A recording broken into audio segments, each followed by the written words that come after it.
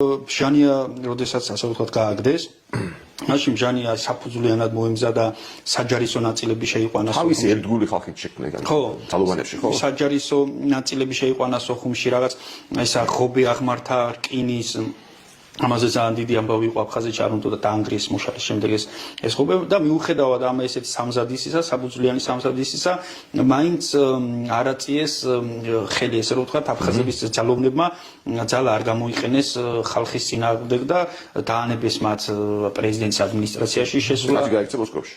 ხო, პრეზიდენტის ადმინისტრაციაში შესვლა, კაბინეტებში, საიდუმლო დოკუმენტების გამოტანა, ეს ყველაფერი გამოფინეს შემდეგ ადგურ არწმუნოს შტაბმა ეს დოკუმენტები და ძალიან ბევრი რაღაც გახდა ნათელი ამ დოკუმენტების მიხედვით რა ხდებოდა აფხაზეთში, როგორ აი მაგალითად მოლაპარაკებების დროს რუსეთთან, რუსეთი როგორ აძალებს აფხაზეთს რაღაც დათმობებზე წავიდეს ქართველებთან მიმართებაში.